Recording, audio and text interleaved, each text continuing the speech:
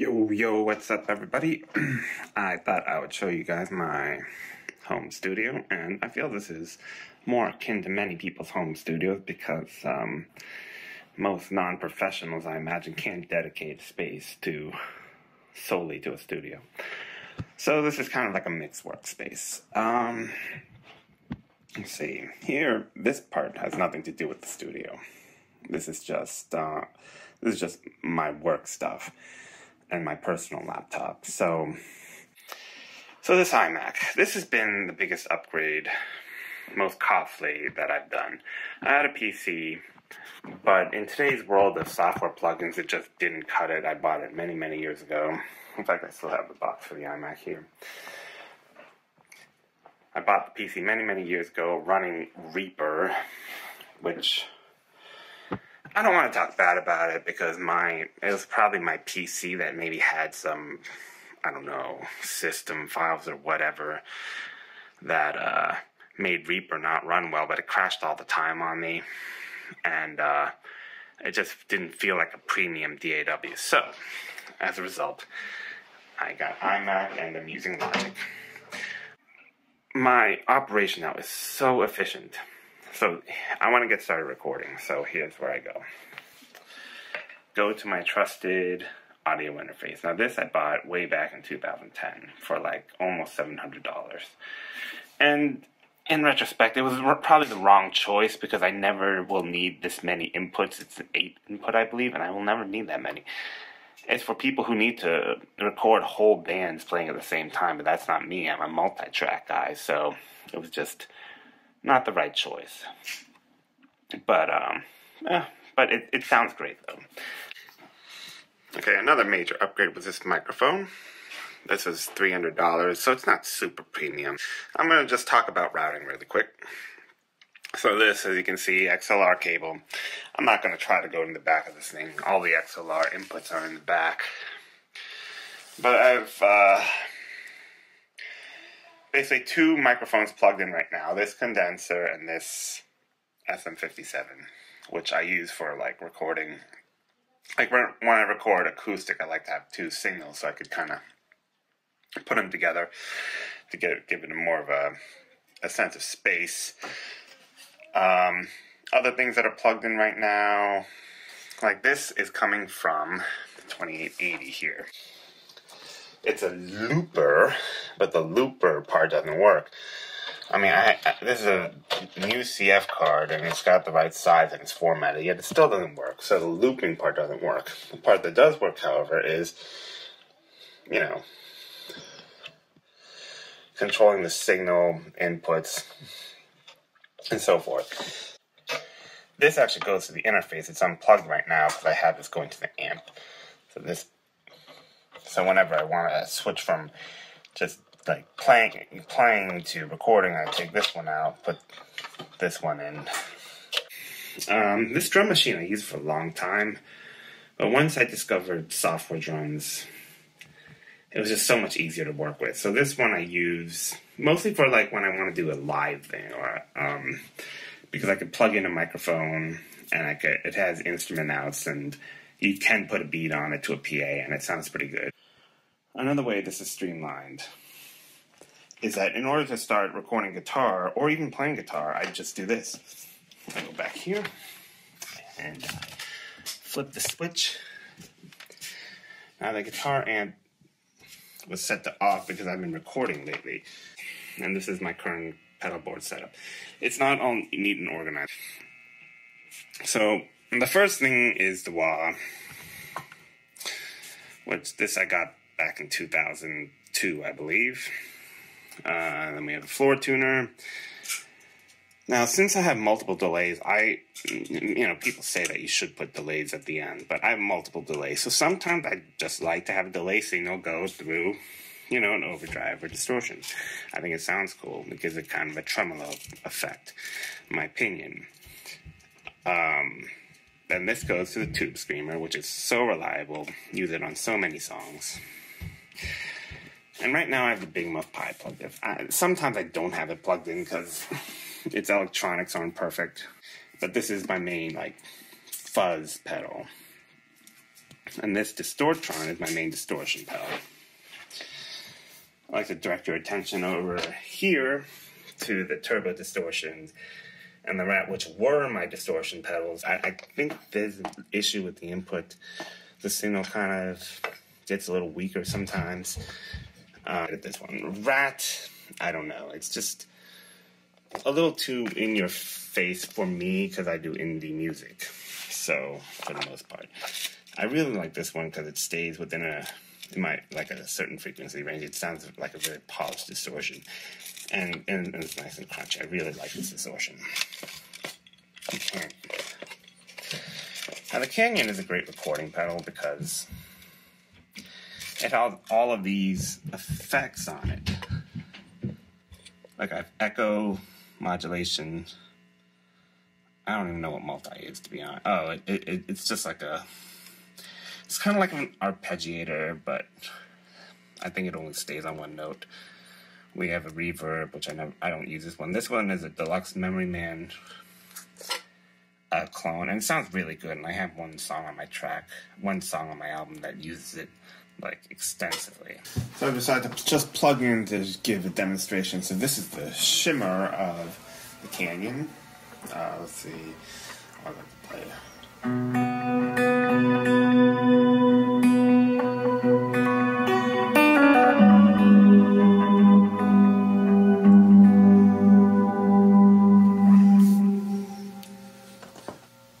The Deluxe Memory Man is my second favorite here.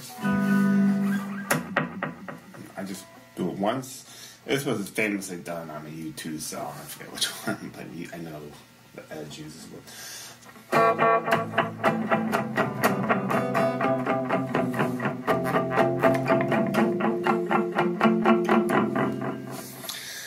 Now, this is a $300 pedal. I usually don't spend that much on these things, but it's just great to have reverb. So I'll just turn the Canyon off. Just put on. I'm putting on a little delay with the carbon copy. So with the Avalanche run, let's just try a reverb only. The reverb is set with these two pretty much.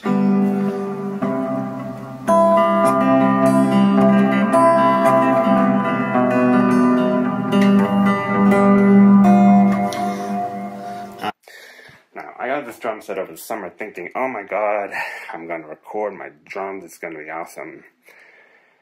But I haven't recorded anything with this. Well, I have with my old setup, but the thing is, my drumming's not that good, and I'm too lazy, honestly, to mic everything up and tune everything perfectly when, there's addictive drums that I can use. I'm sorry. I have a day job. I just don't have the time to worry about this. All to get a drum performance that's going to be subpar because, quite frankly, I'm not that great a drummer. You can just tell these are quality cymbals because I just love it. They just go on forever. It's really trippy, You've been smoking a little.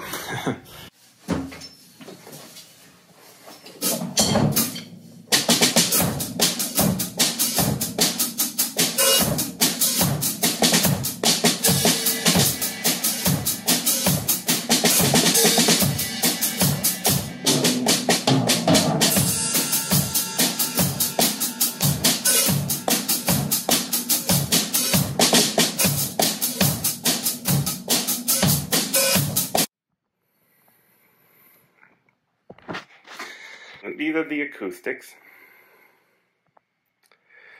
Now the Taylor I record with, and I love the cutaway. It's great for doing upper fret stuff. And I also do occasional open mics with it. Of course, the open mics never go that well because usually while I'm waiting for my turn and not into the other music, I tend to just drink out of boredom, and by the time I get up there, my voice is totally shot and I sound terrible. Now, this is my used $200 Seagull acoustic guitar. Now, which one would you think I would play most? Yes, it's this one. And here's why, because it can get beat up. If it falls down, who cares, And I've had it since 2006. It's been so So reliable. Thank you to my old roommate, by the way. My first roommate in college had this brand new guitar, and then, you know, I just got it also because I really liked his, and I'll continue to support them, actually. Of course, we can't forget the electric guitars. I mean, my music is heavily electric guitar. I mean, like... So now let's give a little demo of the electric guitars. Now this is my original 60s Telecaster. Almost $2,000. I don't like to play it that much. To me, that's a lot of money. Like, so I just don't even trust myself to play it that much. But I use it for recording primarily because it just sounds great. It has that twang. And it's got that twang.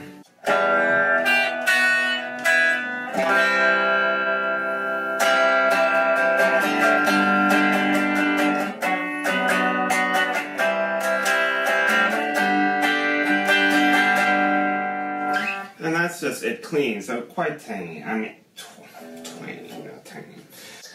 I'm just gonna try to give you a demonstration by playing the Sufjan Stevens outro to Should Have Known Better, which, of course, is Sufjan. It sounds great, of course.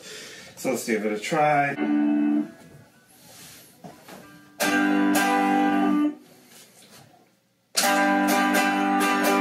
should know better. Can be saved. Bakers in the bar, no reason to live. I'm a fool and a feather. The road from there is dear, where you can reach me. So now let's do some effects where I can show you what I'm talking about. Put on some reverse delay. Reverse delay I love, by the way.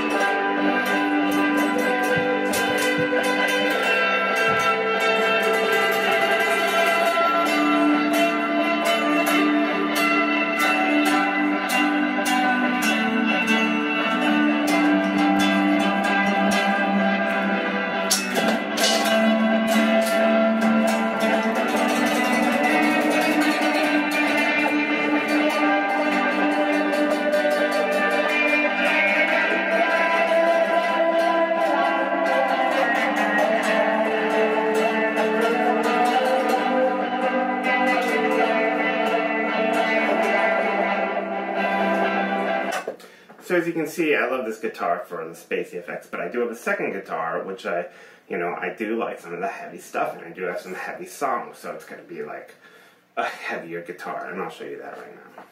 This is, this I bought way back in 2007, I want to say, or 2007 actually.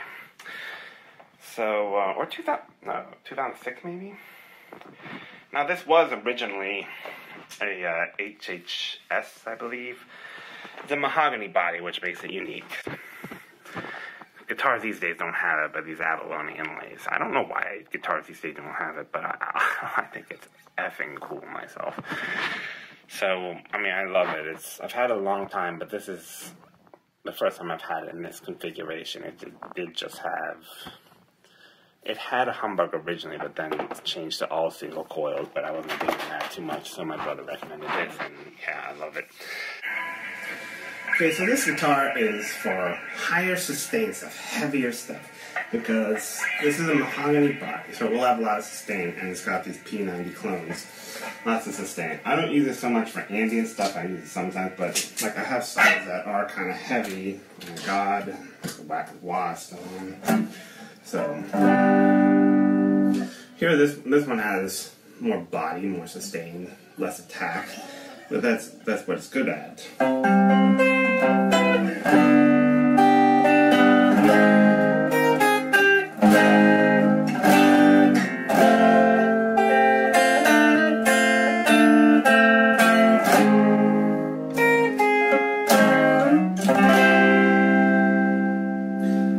keep going and going. I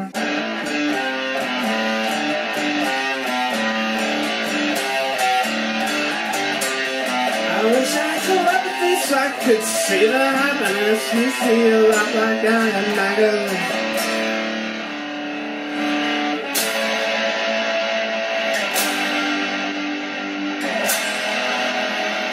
So when you want that Phil Spector of all the guitar sounds, this is great because it just has sustain for this.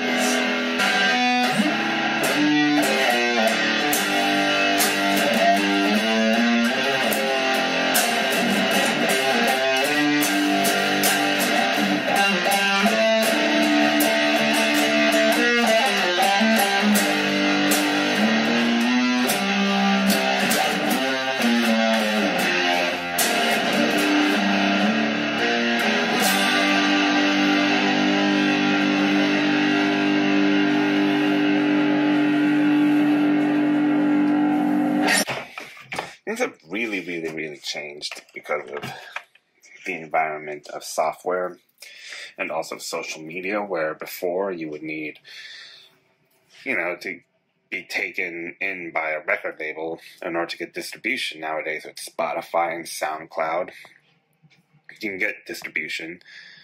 The distribution's there. It really makes music into more of a meritocracy, where people vote with their listens.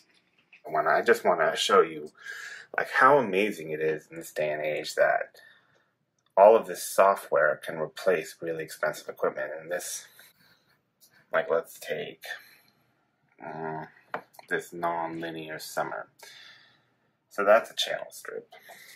And I have right here I flip through this a lot. This is the Sweetwater Catalog. I really like Sweetwater. They really do customer service right. As you can see, these hardware units are $1,200. These are the channel strips. Obviously, really expensive, especially for a home hobby recording person like me. And, Wave says they could do it for $35. This one is $39. And I'll go over the ones I have. Anyway, so Logic is great. I'm using Beat Systems now, and I'm recording differently than I have before, because before I would need live drums or drum machines, so I never really figured out how to sync the drum machine with the grid system in my old DAWs. Now back then I was not making that much money, and I pirated a copy of Cool Edit Pro. Back when this stuff first started, I got into software, but then it wasn't that good, and I just hadn't realized over a decade how good all this stuff has become. And since there are multiple companies out there now, the prices are pretty cheap. So Waves is my go-to place to buy stuff because they're the cheapest, quite frankly. So they have a lot of stuff. I get a lot of their older stuff because it's cheaper, but this Abbey Road Saturator is really cool. It adds kind of weirdness to any part, and it makes it stand out just for being different. Butch Vig Vocals is my go-to vocals plugin because it has that kind of 90s, kind of distorted 90s rock kind of sound. See, this is an emulation of a famous compressor. I use this one a lot, on stuff that needs compression, like acoustic guitars. Reverb was part of a free plugin thing, so if you buy some and you get free plugins, this is part of the free one, so I just got it. I'm sure there are better reverbs out there, but it's good enough. I'm not that reverb heavy. Studio Rack doesn't work on this Mac. Sonic Enhancer. This just adds a slight delay and then feeds it back into your channel. It's pretty good. I use it sometimes. Vocal Rider, consistent volume. Let's see. This is Waves too in real time. It's kind of, it's auto-tune basically, the Waves version, the 2995 version, and yeah, I mean, my vocals aren't great, I use it, so. Okay, so let's see some of these plugins. So when I go to the mixer, we could see like the CLA76 was one. It's, you know, software. This is supposedly what the hardware unit looks like. Something close. This Butch Vig one is kind of wild. It looks like something out of BioShock. I don't know. But it's really good. It adds a lot of like air. I mean, that's kind of the trademark of this particular plugin. Let's see. Of course, Logic has its own stuff, which I like. I like using channel EQ because it's easier to understand and it doesn't add that much color to the signal. Like these Pultec emulations. Here's the thing I don't know. Apparently, you're supposed to divide these into triangles like this, but I don't really get it. I mean, I do get it, but this supposedly adds color, and but for me, it's just too hard for me to calculate in my brain what's going on. I need something graphic. But it does get used. The reverbs I mostly just use. Now, I actually don't have a delay plugin. I'm just using the Apple stock ones, so really. I mean, I think it's pretty good. And I use the Waves reverb. Let's see. Now let's move on to drums. Now, this is really the game changer, I promise you. This is what has really made the difference.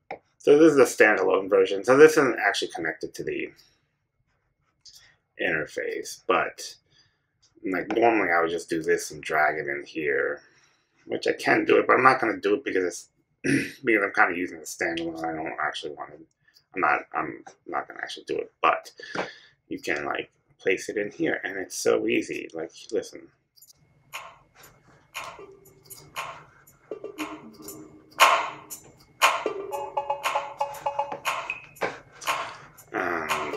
All of these, like I bought a few of these, like I bought these Real Machine ones, like different drums.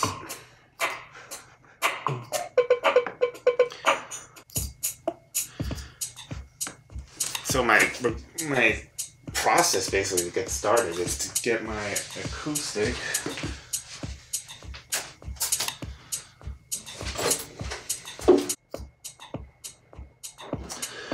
Okay, so this is one I got the groundwork for, but I haven't actually started anything. So this is electronic again. Actually, I'm thinking I'm going to call this Bachata Gal. I think it sounds better, and you know, so I just like bachata.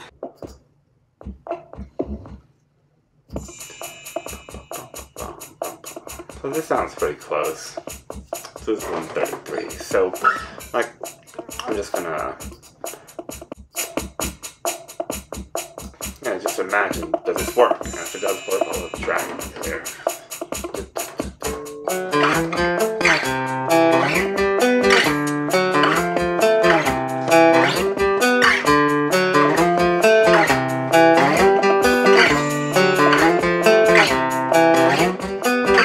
I'm starting to sing, 'cause I'm starting to think that the rest of my life will just be punishment.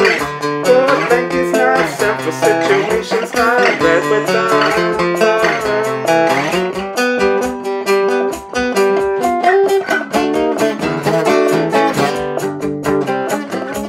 So that goes into the chorus. So, you know, just